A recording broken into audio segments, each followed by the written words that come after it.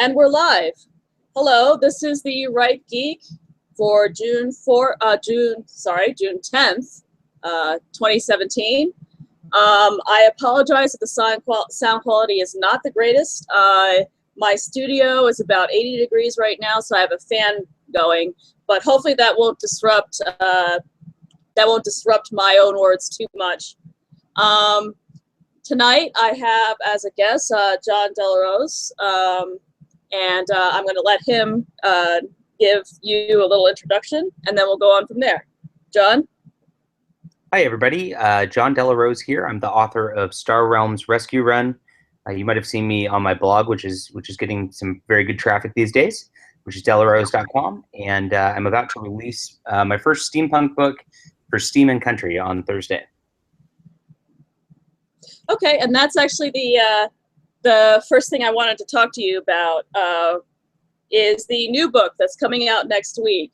What can you tell us about that book without spoiling it too much? I'm extremely excited about this book.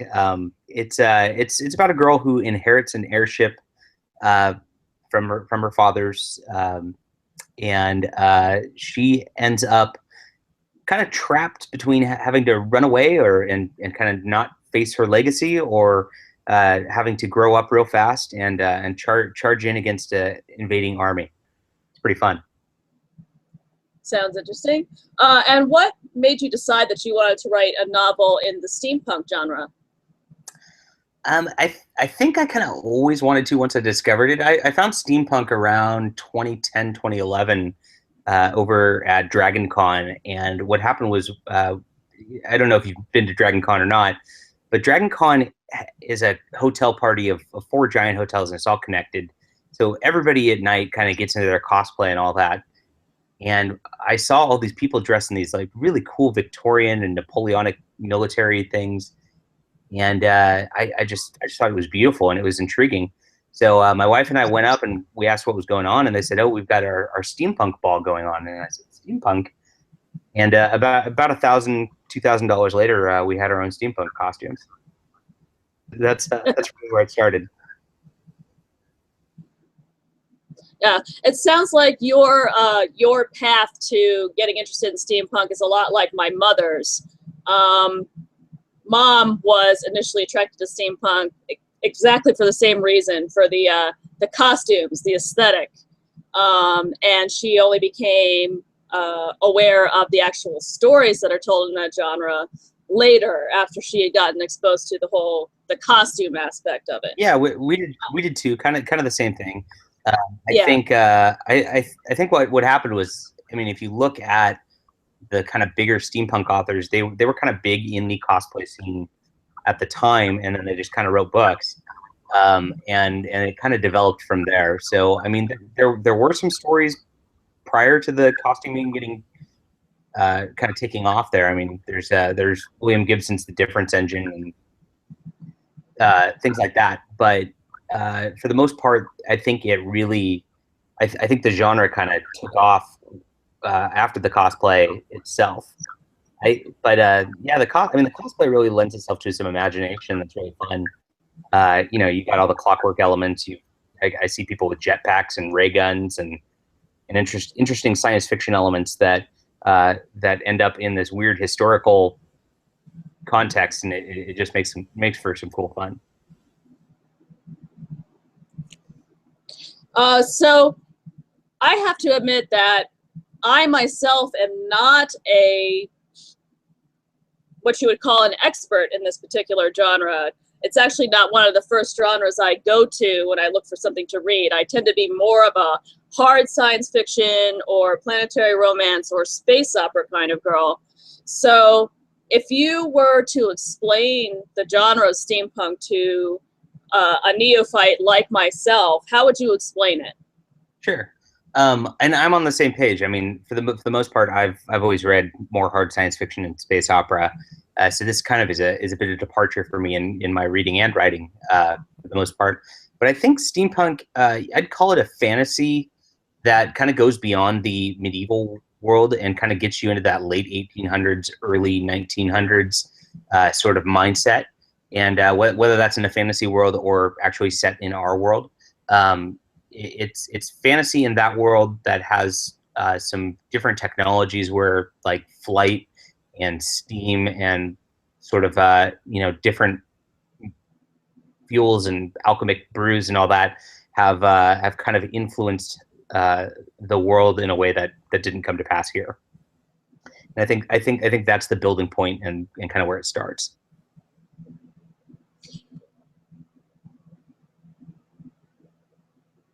I've always kind of understood steampunk as how would a story go if Newtonian physics was still the dominant physics and we were using Victorian technology? Would that be an accurate assessment?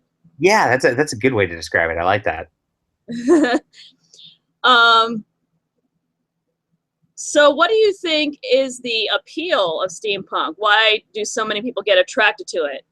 Is it just the costumes, or are there other elements involved? I think it's the costumes and kind of the romance of that era. I mean, we have we have westerns for the kind of earlier era post Civil War. We have obviously medieval fantasy is probably the most dominant of any sort of concept that kind of harkens back to those several hundred years. And this is kind of just the next extrapolation of our kind of Western culture, where we're looking back at this period where it was a expansionist period and a period where things were kind of getting better for everybody, and looking upon that fondly.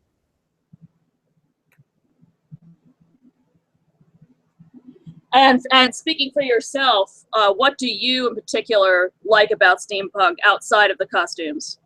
Airships. I'm definitely the whole concept that's fun for me is airships, and I wrote my story at the time when I first started writing it. I just thought, there's not enough airship stories out there, and I just want an airship story. There's a few now that are pretty good in the steampunk genre since I started writing it. Robin Bennis's The Guns Above is one I'm reading right now, which is just phenomenal. And Beth Cato's Copper Dagger's another one that's a great little airship trip.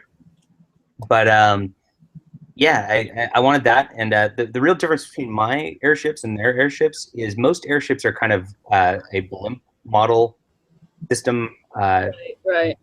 Steampunk. I went with propellers, and because of the ship in Final Fantasy 12 had propeller engines to it, and I just thought that was beautiful, and so I wanted that in fiction. Right. Have you ever read Larry Correia's Hard Magic series? No, I haven't. The only Correia I've read is Son of a Black Sword. So is that the Hard Magic series? No. Hard Magic is kind of alternate history with some steampunk elements in it, but it also features airships. It's been a while since I've read them, but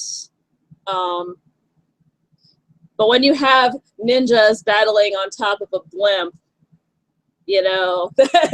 that's kind of a good selling point for a story, I think. I'm in with that. I mean, I like Son of a Black Sword a lot. I think Larry writes really fast-paced, fun sort of stuff. And I mean, if it's him and airships, I'm definitely going to look it up after this. Yeah. Yeah, it has got some airships in it and some other steampunk elements. Since you're interested in that might be a series you might want to try. Basically, the concept is this is history rewritten as if magic were a thing, basically.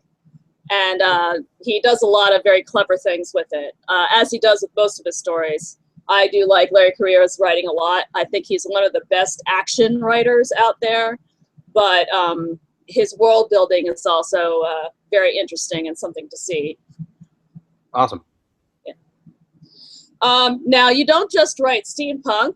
The other book you have written is more in the space opera genre, correct? Yeah, Star Realms Rescue Run. It's based on a card game / app, which is battle. So I mean, that is definitely the space opera wheelhouse, and that's where I went with it. And that's definitely where I've read the most, and it's where I've written. I've written 2 other books in that genre, which I'm still editing. So those will be out in the next year or so at some point. But that's kind of my primary genre. Yeah. So what got you into space opera? Probably Deep Space Nine and Babylon 5 when I was a kid. Ah, okay. So Yeah. you're about my age then. Probably. Were you about in middle school when those hit? When did those hit? So Babylon 5 was 92, is that right? Babylon 5 was 93, Deep Space Nine was 92, I think. 11, 12, and kind of gotten seasons there, because I mean, those series is where they really got magical, right? Yeah. But that's about, I believe 92 is when DS9 started, and then Babylon 5 started a year later. Yeah. So, yeah, those things definitely made me grow up. And I, when I discovered it for the time, kind of in those middle school, they had a text role-playing group of Star Trek and Babylon 5 and things like that, kind of how I got involved. And that's in writing too. Okay. Your voice is breaking up a little bit over here on this end. You might have to reconnect.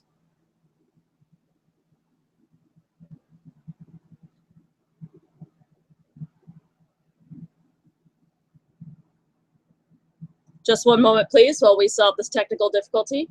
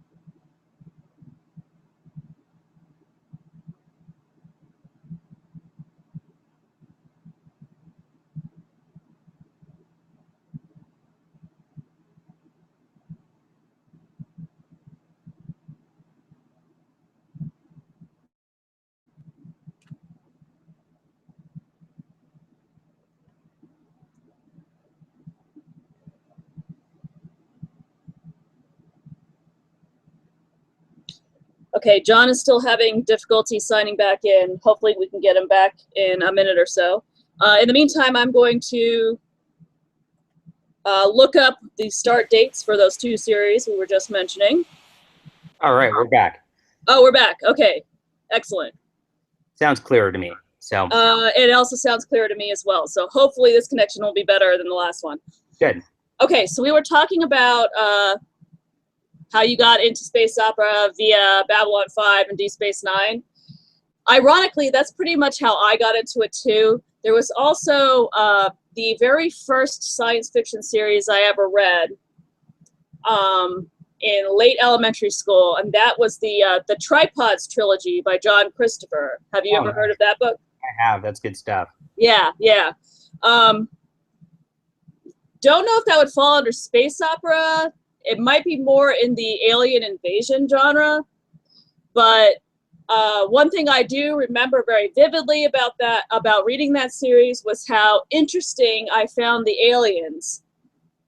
And that kind of kickstarted a general interest in aliens in general. So when a science fiction series of any kind features aliens, I always stick my head up and say, ooh, that sounds interesting. How good are the aliens? How well written are they?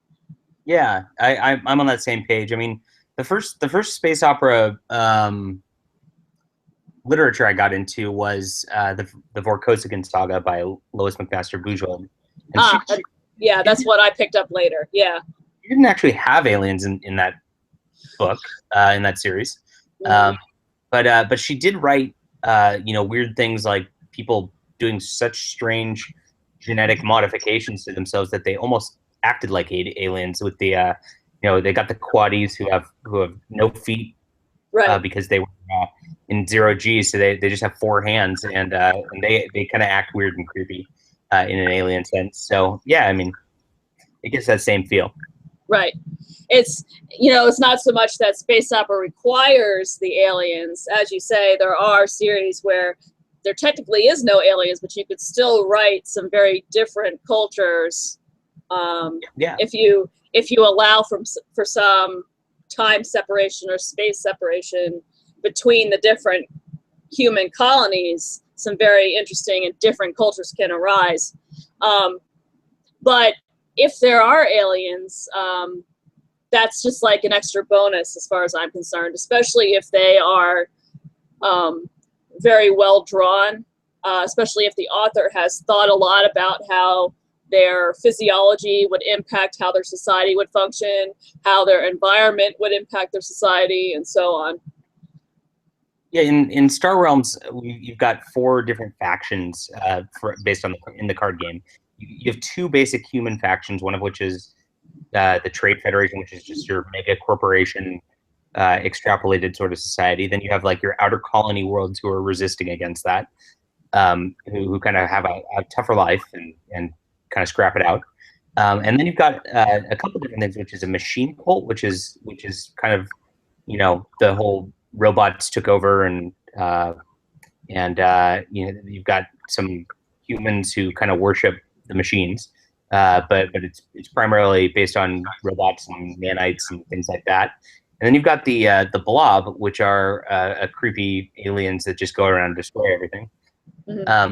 I didn't focus on the latter 2. My thought in the first book was I'll establish the human element first, and I'll focus on that so that people can connect with the humans, and then hopefully later we can branch out and explore the more alien stuff. So yeah, if we get to do that, not certain where that stands at the moment because I don't own the property.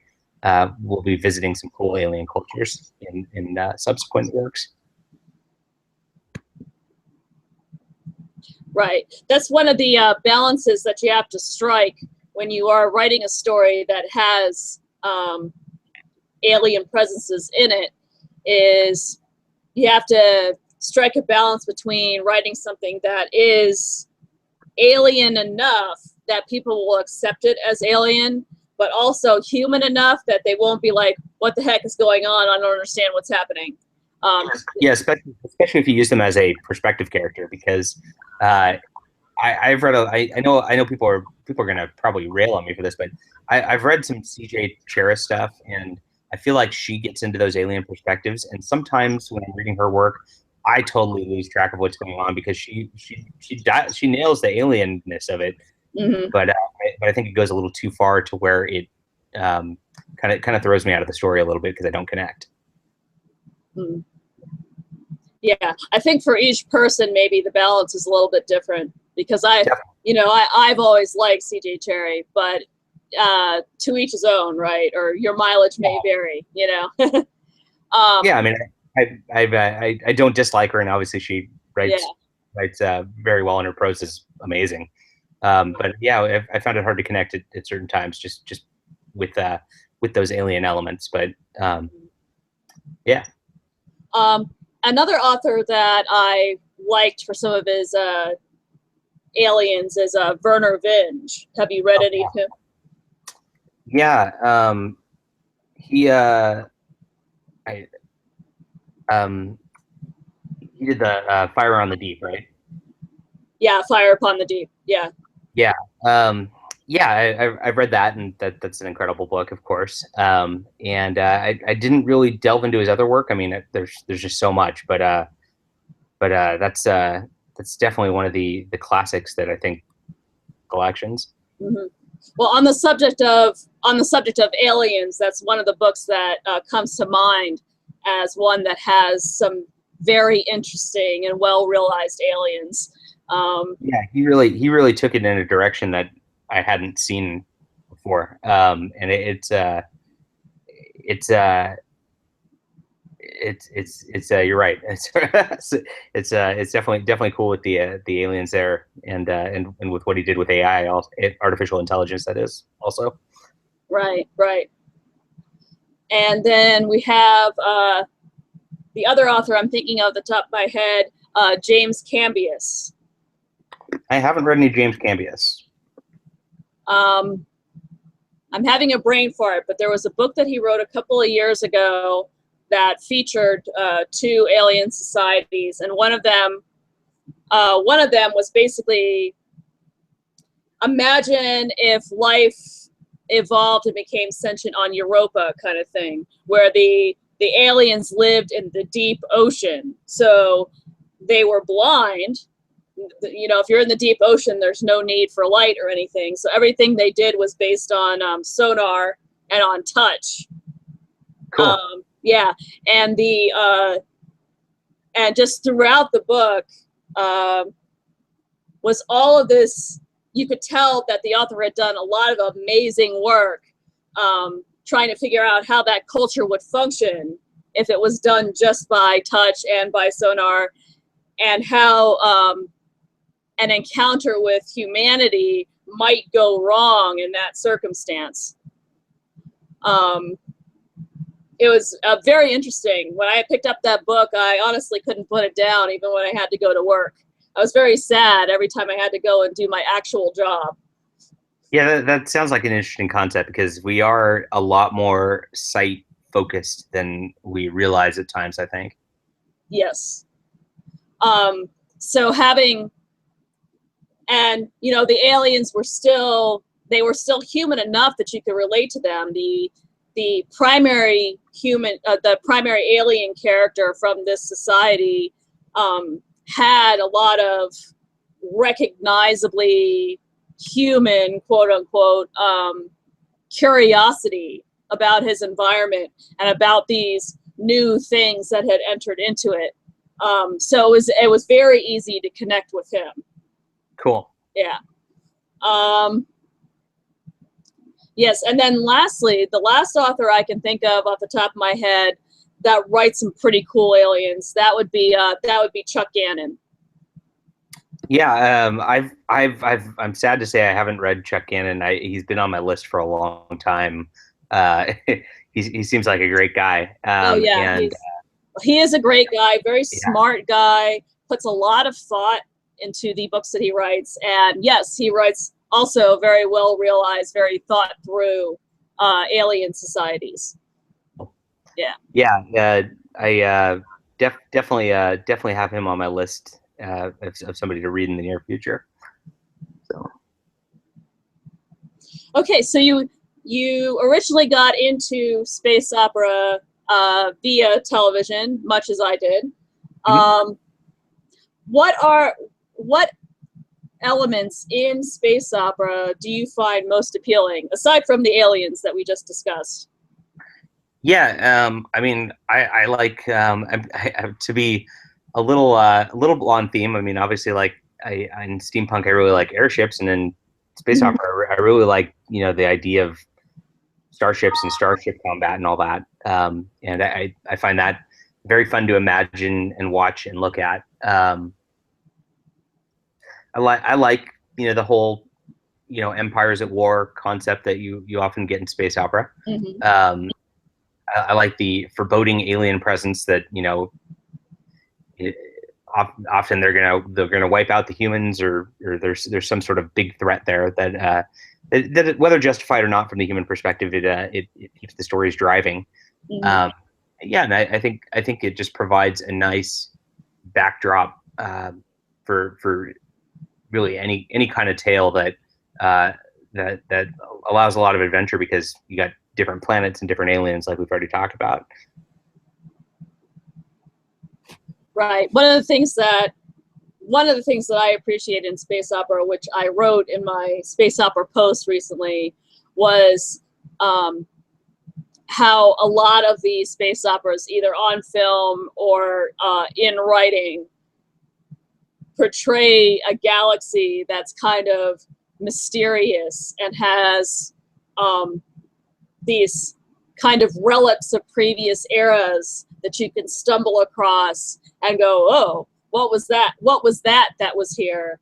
And it kind of sort of inspires a sense of wonder and mystery about the universe that you can't get in a lot of other fiction. That sense that there's this arc of history that goes back thousands or millions of years, like on Babylon 5.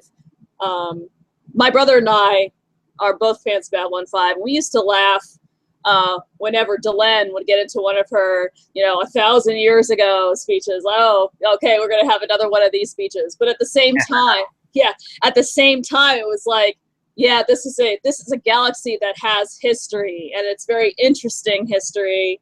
And there are all these presences out there that we can't possibly comprehend because they're so old and so advanced. And that sort of sense of vastness in the universe, that it inspires a kind of humility in the reader and a kind of awe in the reader, and that's something that I've always appreciated about that particular genre.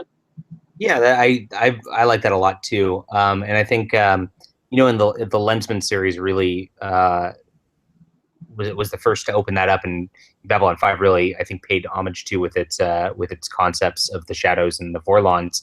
Yeah. The Adorians and the Arisians. Arisians? Is that how you say it? It basically was kind of the same concept. Mm-hmm. And it was cool because we got to see their perspective a little bit in the Lensman, and got to see their alienness a little bit. And I think that was it's fun to see humans caught up in other people's crap. I think the way Babylon 5 went with it, where it's like, no more, we're not here to be your pawns anymore. Yeah. Ended up really cool. And I liked that sort of growth of humanity and ascending to the galactic stage sort of concept. Yes. At times I find that ending a little bit abrupt. I understand that JMS thought that he was going to be canceled that year, so you had to wrap everything up really quickly. Yeah. But at times it does. Yeah. At times when I rewatch that, it's like, wow, that happened rather quickly. But at the same time, you're right. The concept itself is very interesting and very cool. Yeah, and I liked his kind of off-format kind of ending episode of season 4, where he really he kind of showed what's it called? I forget what that episode's called, but it shows the future, and just shows the all the way down to the sun is dying and like what happens, and it's kind of this like retro future, and it gets really neat, and it's really tragic in a lot of ways to watch how like the human civilization came and waned and died. It's tough to think about without getting yourself into a little bit of a depression there, but it was very well done and very cool at the same time. Yeah, that's an episode that always disturbed me a little bit because it sort of posited a cyclical history, in that we had just finished off a season where we were defeating a fascistic totalitarian society on Earth. And then we watched this episode where, several centuries down the line, that fascistic totalitarian impulse strikes again. And that always kind of depressed me a little bit. Everything our heroes set up just ended up in crap, Yeah. And so it kind of makes me not want to watch that episode very much, because it's like, why would I subject myself to that? I mean, yeah, I understand that it's definitely not a satisfying thought of an ending there, but he didn't plan for his universe to end. He planned for different series and different time periods and all that other stuff, and it's too bad a lot of that didn't come to fruition. Yeah. I would have liked to have seen how personally, I would have liked to have seen how Veer sorted everything out on Centauri Prime. Did you happen to read the novelizations? Yeah, I did read those. So that covered that a little bit. Yeah. I thought those were very well done. That Centauri series especially. There were 3 series. The Techno Mages series was, meh. I think. I mean, the yeah, I honestly didn't connect with that too much. Yeah. I did like the Psychor one. The Psychor one I think was the best. The Psychor one was the best of the three. Definitely, and especially kind of the Garibaldi and Bester confrontation in the last there, it just really dialed that in emotionally, which was very cool. Yeah. And I think people underrate. I mean, I'm going to go on this little rant for a bit. I think people underrate tie-in fiction a lot, and they just kind of view it as not real.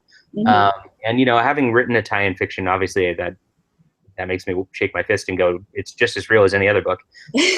But those Centauri books stick with me, and I remember them, and same with the Psycorps books, and just like the Star Wars Timothy Zahn books, they stick with me, and I remember them, and I'm rereading those now. I stopped before the third one because I've got this steampunk month, and I'm trying to review steampunk books and promote steampunk books. So I'm putting that on hold for a second.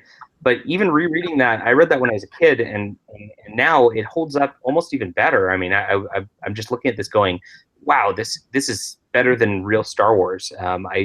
He really opened up that world into a literary universe that's incredible. Yes, I actually agree. I'm not afraid to admit that when I got into Star Trek in middle school with Deep Space Nine, I read a lot of Star Trek tie-in novels. I did too. Yeah, I mean, I primarily read those in middle school and in high school. I mean, I really regular science fiction a little bit, but at the time I was big into those. I mean, I had more than 100 Star Trek books. I was those. Yeah, I think I still have more than 100 Star Trek books in storage right now. Me too. Yeah, it was something that I was pretty crazed about collecting, at least as many of the DS9 ones as I could get my hands on. Yeah, me too. My favorite ones were the post DS9 ones by S.D. Perry. It's like Avatar and Rising Sun and Unity was the other one. And they just kind of told the tale of, like, because Deep Space Nine kind of had this end where it's like, okay, we're wrapping up now, and it brought back sort of the aliens in the wormhole, and we saw Kira become a real Starfleet captain and Bajor enter the Federation, things like that.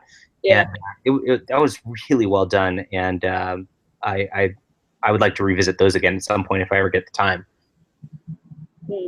Those are ones I have not read, actually, because I kind of got out of tie-ins before those were even a thing. So that's something I'm going to have to look into then. Yeah, I'll shoot you a link for those. The lady who wrote those, S.D. Perry, is actually Steve Perry's daughter. If you are familiar with Steve Perry's work, he did a lot of fantasy work and did Star Wars Shadows of the Empire. So, and she's a good friend of mine. And I think she writes really well. But yeah, I definitely agree that that people often unfairly devalue tie-in fiction. I mean, a lot of it is not exactly the best fiction in the world. I mean, like I said, I collected a lot of DS9 tie-ins, and not all of them were that good. Some of them were unreadable, like even as a teenager. And that tells you a lot.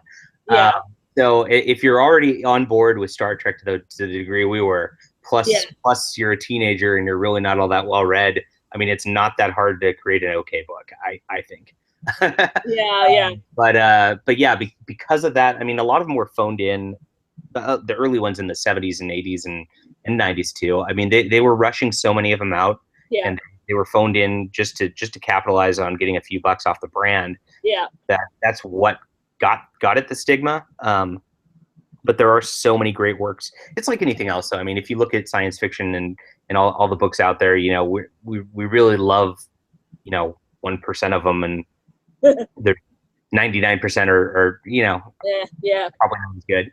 It's the same thing. It's just because it's such a condensed thing and we see it. I think that's kind of probably where the stigma came about. Yeah, actually, my dad, the reason why I got out of tie-in fiction is that my dad kept discouraging me from it. He was one of those that not real science fiction. Yeah. I mean, and you know, like you said, since early on, probably in his era, you know, he watched the original Star Trek when it originally aired, and when they started doing the tie-ins in like the 70s and 80s, you know, he was at the right age to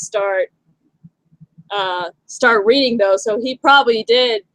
He got the impression probably during that period where they were just pumping them out and floating them in that I saw Diane Duane wrote a bunch of them back in the day.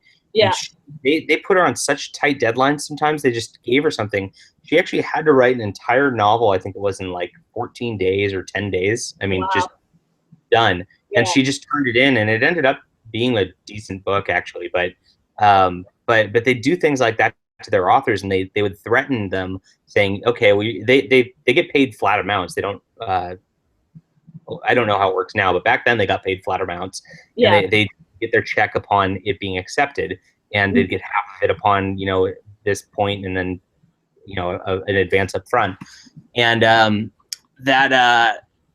they would give you these weird deadlines, I guess, and just threaten you with not paying you. I mean, they were really terrible to the way they treated the authors at this point. There's another woman. I linked this to the CLFA a couple weeks ago because I thought it was just an interesting story of how publishers treated somebody. Yeah. And she did a similar thing where the deadline was fast, and she turned it in, and then she didn't hear from anybody. And nobody commented on this too. This was a very fun story. You guys should go look it up if you can find it. And she called in, and they said, yeah, we accepted your story, blah, blah, blah. We're going to have to do some revisions. And then she just waited, and nobody called her back. And they hired somebody else to do the revisions at some point. She's like, that's weird. And they what happened was, I guess somebody else just wrote a completely different book, completely different, not even the same topic, nothing. Yeah. And they just didn't take her book or use it at all. And they put her name on it anyway.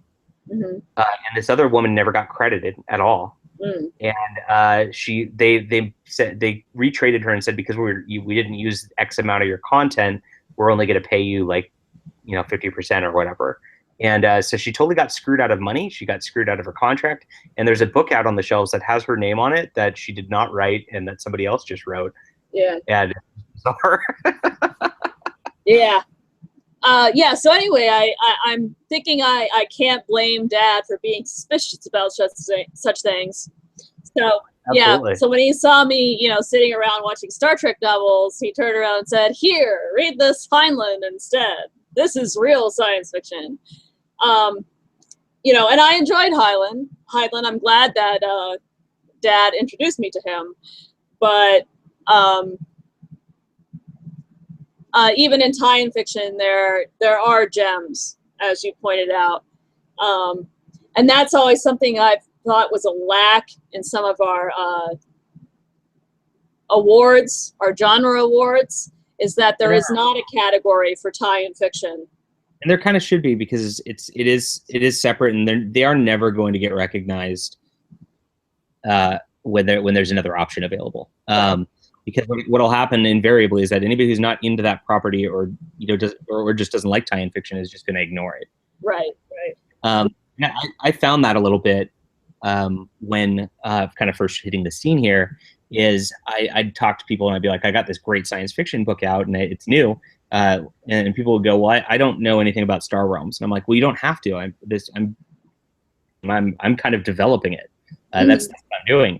And people would go, well, you know, I just don't want to do the tie-in. And it's like, oh, here I thought I was going to have a just base who would just buy this because of the name, and actually, on the flip side, it was just turning off people just because they didn't know what it was. Right. So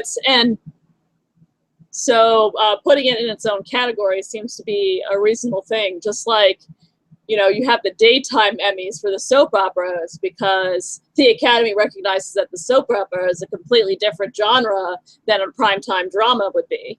That makes sense. Yeah. Yeah.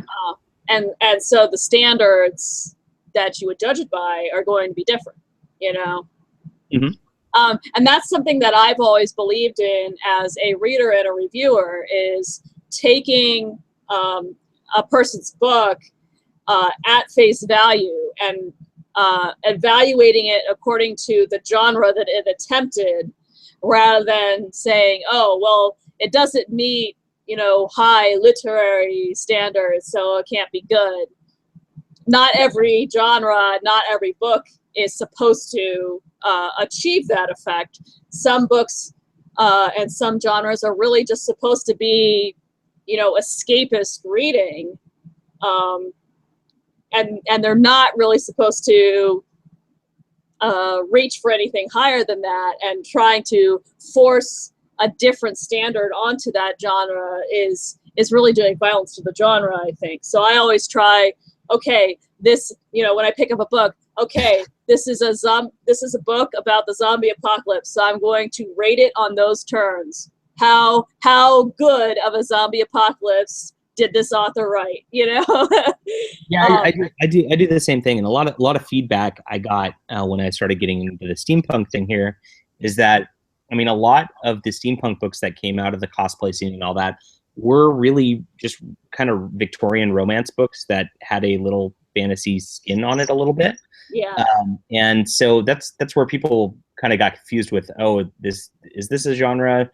Is this a genre I'm even interested in? Because the romance group kind of hijacked it a little bit, as it was just getting its wheels, right? Right. And I've read a number of those, and I always try to remember, okay, well, this is being written as a vampire werewolf romance tryst. It just happens to have some fantastical elements, and that's fine. And it's going for that. I'm not the target audience for that, and I understand that, and so it's not bad, but it is really hard to when you go in, especially with expectations that are different, to rate things kind of accurately, I think. But I try to keep that same mentality as you do when rating fiction. Right.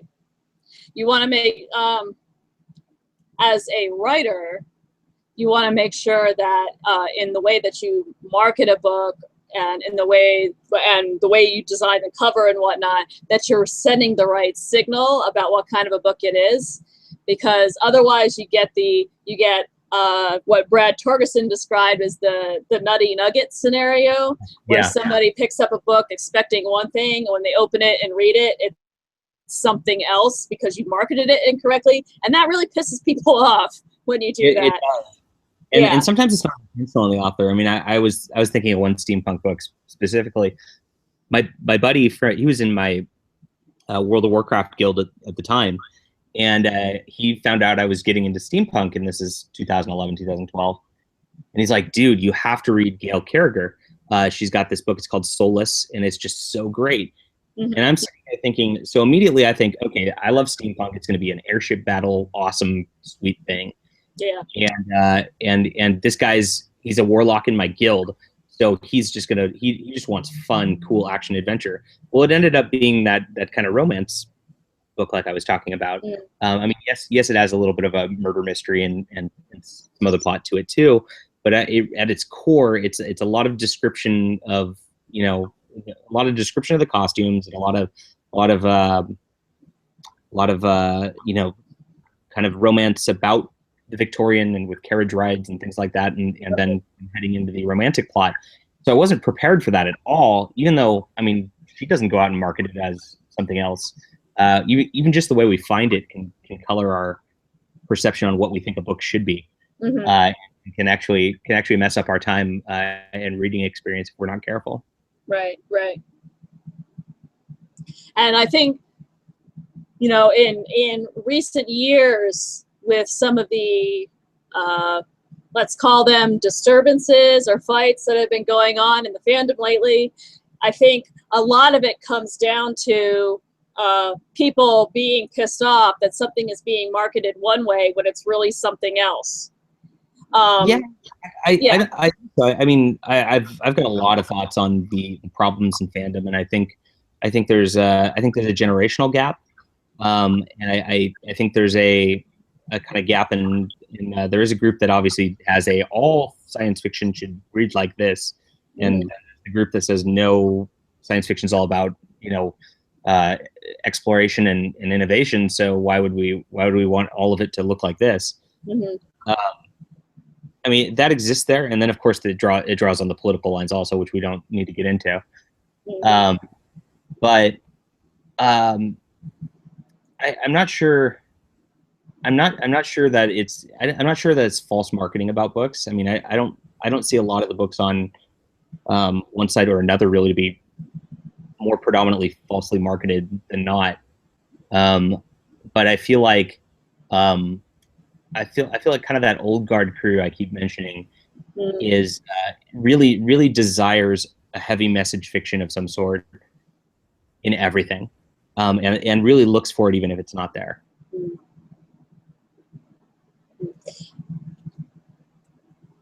Yeah, well, even a label of science fiction can, in some sense, activate certain expectations that may be disappointed by some of what is published under the science fiction aegis these days. My father is a good example of what we're talking about here, in that he got into science fiction in the 50s and 60s, when the golden age or silver age, depending on who you're talking to, was kind of on the wane, and the new wave was coming up, and so he and those books he really enjoyed. The Heinlein, the Niven, even Harlan Ellison, who was a completely different style of writer altogether, but he even liked Harlan Ellison a lot. But he would tell me that, read the science fiction from 1976 and before, and then after that it's crap. And because some and a lot of people of my dad's age kind of have that break off point that seems to be around the late 70s, early 80s, where suddenly they're like, yeah, it's no good anymore. I don't like it anymore. And then I had to basically, he had to be reintroduced to certain properties and certain independent authors that were writing the kind of stuff that he used to be into, before he realized that, oh yeah, there are modern authors that are still writing good science fiction. But I ran into a guy. He's a friend of a friend who picked up my book because he knew me, and he was like, "Oh, this is cool." And he was telling me he used to read all these old. He was big into like Roger Zelazny and all, all kind of the really out there exploratory stuff of the 70s. And it was just they were out there just having a ball as writers, and that's what they were doing. Yeah. And he's like, I miss that. He says I really stopped reading the last 15 years completely because just dark, and it's just bloody and gory, and then they had all this very graphic sex to everything, and it's like I don't want to fill my head with that. And I said, yeah, me either, and that's why I didn't write that. And he's like, yeah, I liked your book, and that's that's refreshing. We want a little bit more of that. So I think the big publishing kind of cornered everything into one sort of style. That if you look at TV, it does the same thing too. I can't think of a science fiction show in the last 5-10 years that doesn't have this like super dark, super graphic concept to it, where it's just like it's you don't need that. I think it turns people away as much as it gets people viewing in the onset. Look at Game of Thrones. It feels icky after a while, so you don't have the staying power and the really ability to rewatch, because something that shocks you already shocked you. It's not quite as good the second time, right? Yeah, how many times can you fill in a blank space by raping someone? Right. Yeah. It's icky. yeah, it is. Yeah, but what I'm getting at with my dad is he sort of developed a certain expectation of what you were going to get with the science fiction label. And when the trends in science fiction started to go in a different direction, he would pick up a book that was ostensibly science fiction and be like, this isn't science fiction. That's not what I expected. So, you know, even a genre label can, not even covers necessarily, but even a genre label can piss some people off if they were expecting something different. True. Yeah, our expectations frame so much. Yeah. And I listen to that, and I also try to give at this point. I know how hard it is to write a book, and I know how hard it is to make it, you know, smooth and flowing and all that. And it's I give the office just having been through it, you know. Right. Well, you know, even speaking for myself, you know, I come from a completely different generation than my dad. But even speaking for myself as a reader of recent science fiction, quote unquote, a lot of times, especially in the short markets, I've run across stories that really did not ping me as science fiction at all. Like, even I have certain expectations of what science fiction should be that a lot of the modern stuff is not really meeting. And I think that's where, and that's why I was saying before, like, there's a marketing issue that might be inspiring some of the discontent that's going on. I think a focus, obviously not all books are like this, or even necessarily most, but the general market kind of moved its focus to this like kind of near future realism, or maybe 100 years out realism, 200 years out realism, and to where it, I don't know, you don't get to explore as far because you can't make up as interesting of concepts because we couldn't have gotten there in that sort of time period. That's why I was really impressed by John C. Wright's Count to a Trillion, because of its scope and magnitude of the future, where it's like, oh wow, like, I mean, this craziness all happened, and then suddenly he's in a sleeper ship, and X amount of time went by like crazy. Right. Yeah, I mean, it really explored space and time in a way that I thought was pretty fun. Right. Yeah, I think you may have nailed it there. Like, it's not so much that for me, it's not so much that social issues are being explored, because there's definitely a place for that in science fiction. I think people have been doing that in science fiction for forever, pretty much. But the problem is just how narrow the lens is lately. Yeah. That what we're doing basically is we are looking at our navels instead of thinking ahead to situations and times and civilizations that maybe are completely beyond whatever it is we're dealing with now. And that I think is often missing in sort of trad pub general market. Now, of course, there are a lot of people in indie market who are producing more far-reaching or more exploratory works. And that's why more and more my own reading tastes have kind of drifted over to that independent market and away from the trad pub. Me too. I think we're going to see a lot more of it too, because I think it's catching like wildfire. What's interesting is I think the way we were trained to write in this last generation, with this whole like the save the cat mantra and keeping with realism and keeping with all these rules of writing that we were drilled in. We have to do it this way. We have to do it this way. We have to be as realistic as possible. It kind of limited us in the way we did things. And actually, I think in my earlier works, I really followed that, and it was like, okay, I can't do this because it's not realistic. I have to stay as realistic as possible. Right. And really only since I kind of discovered this whole sort of indie movement that's going on, have I kind of branched out and just said, you know what, I don't care, and we're just gonna go as crazy as possible as long as it sounds fun to me. Right. Yeah. And although I find a lot of value in works that actually do constrain themselves to the laws of physics, I don't find that it's necessary for a work to do so, as long as the work is internally consistent, and as Right. long as it doesn't, yeah, and as long, I think I said in my space opera post, it has to have psychological verisimilitude in that the characters, the actions that they take have to still make sense to the human psyche.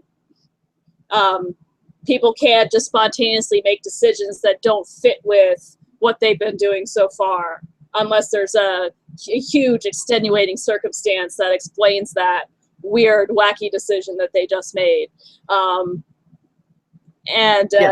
Yeah, but you know, as far as settings and technology, even, no, it doesn't necessarily have to be absolutely scientifically realistic. You know, again, it depends on what genre you're talking about. Again, as a reader, I tend to judge things based on the genre the author was going for. And if the author was going for space opera, of course, I'm not going to judge it on its technical merits. That's not the point of a space opera, you know? Yep. If someone was going for more of the hard SF exploration of technological development, then I might be a little more picky about how realistic I find the technology. But again, it depends on the genre. Yeah, I'm on the exact same page with you. Yeah.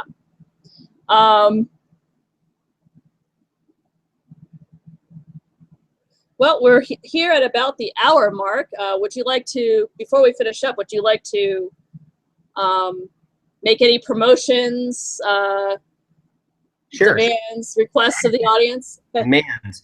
Yeah, for Steam and Country is going to be the big barometer for me, and because this is really my first work that's come out since I've kind of hit the scene and everybody's known who I am here. So it's super important to me to get this going on day one. I'm telling everybody, don't pre-order it. Don't go and look it up right now on Amazon. But hit it all on Thursday, like one of Coria's book bombs. And I want to push this in the rankings, get up as high as possible in steampunk, and get anybody looking for that genre to see it is going to be the hopes there. So check it out. It comes out Thursday, June 15th. For whenever you're watching this, if it's after June 15th and you're watching this, go ahead and go ahead and buy it. Yeah. But for now, wait till Thursday if you would. Yeah, I'm super excited for this. I'm going to be at LibertyCon at the end of the month. I get to be on a steampunk panel hosted by Gail Martin, who is somebody I really respect in the genre. So I'm excited about that. Come say hi to me there. And let's see, we got Star Realms Rescue Run is out now, and most of you have probably read that at this point. It's getting a lot of recommendations for the Dragon Award for Best Military Science Fiction or Fantasy. I would appreciate any votes on that because it would be cool to be nominated for the Dragon Award. Mm-hmm. Okay. And I would just like to say for anyone listening that next weekend I should be doing one of these broadcasts again. I haven't got a guest settled yet. That's something I'm going to work on this week, but hopefully I'll have someone who will be equally as interesting to talk to, and we'll be able to have another good conversation.